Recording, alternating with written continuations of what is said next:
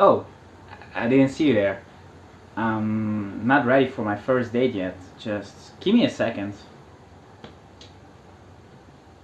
There it is. Let's do this.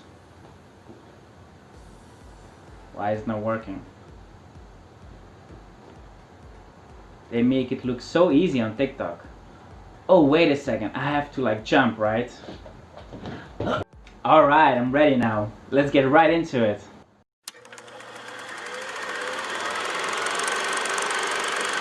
What do women want?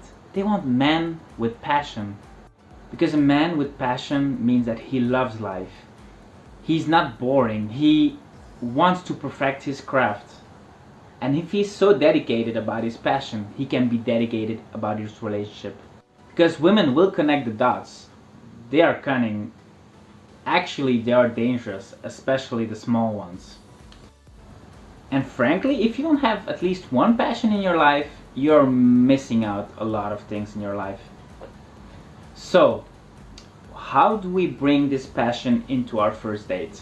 We cannot just drop it like this. No, we have to ease it into the conversation. That means we have to find an opening or a way to bring it up naturally into the conversation. So it's important to talk from 5 to 10 minutes about your passion and be detailed.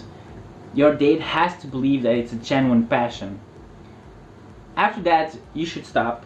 The date is not about your passion, and frankly, your date doesn't care about what your passion is. What we actually want to do is to evoke that emotion so that they know you are a passionate guy. I can give you a simple example. I love dogs. If you look at my Instagram feed, it's probably 50% about dogs, and that's just that they make my day, they make me very happy, and that's how you can talk about your passion. A great follow-up question is, what do you like to do? What are you passionate about? And then you just roll into that conversation.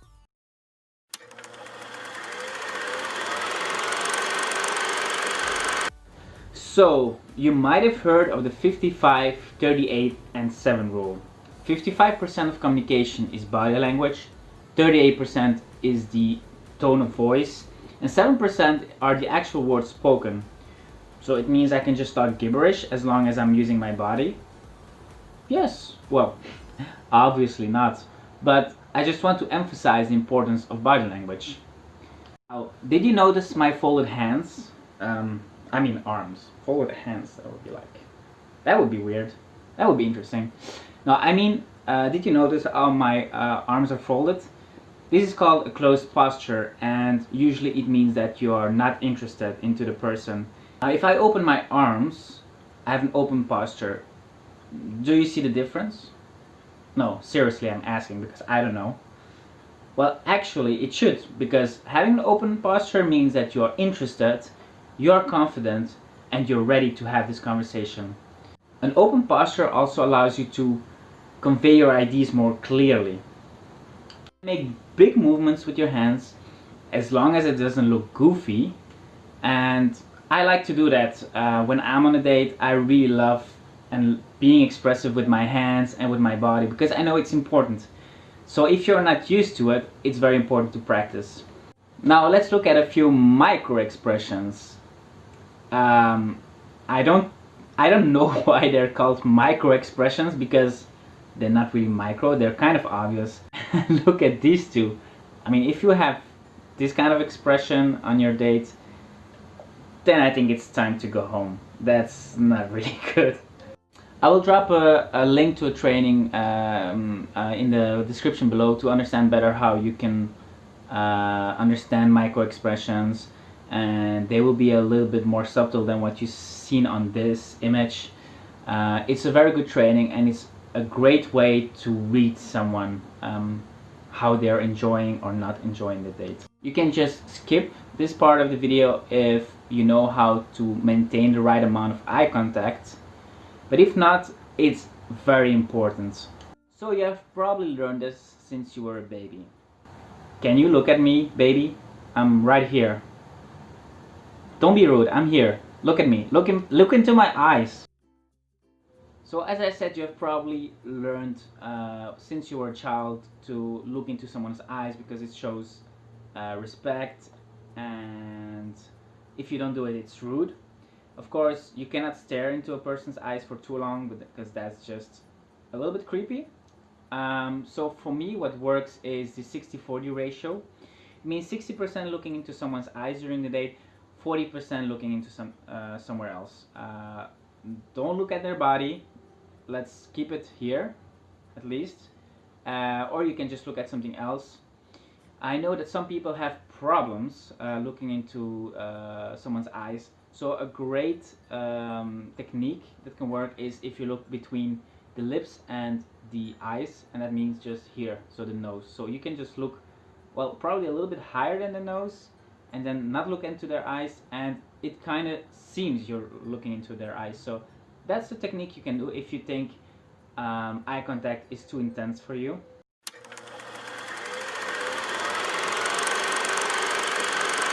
One of the most important goals for me is to make my date feel comfortable. That means she feels safe around you, she feels safe to talk to you, she can open up.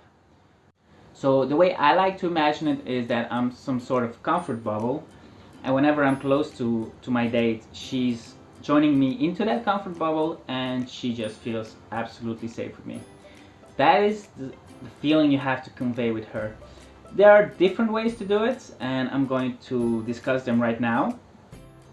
I can't believe I still have to say this. I think it's just common sense, it's super obvious, but don't invite her to your place.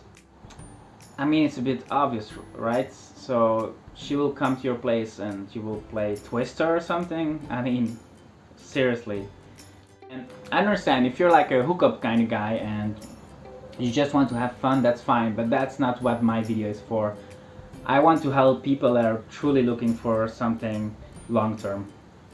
What's up with guys that have to pick up their date with their car? It's like some hyper masculine thing to do. Well, it's not. It's literally just a metal on wheels. Who cares? So a lot of women think it's creepy. They usually don't feel safe on their first date.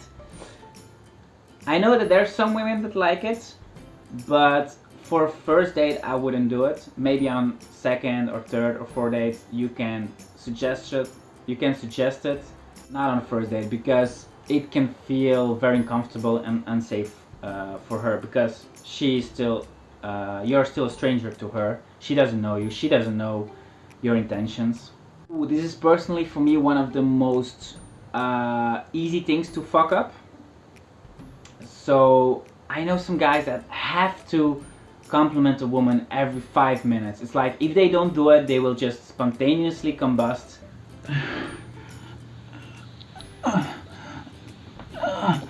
I need to check the 5 women. I didn't compliment them for 5 minutes straight. I love your body.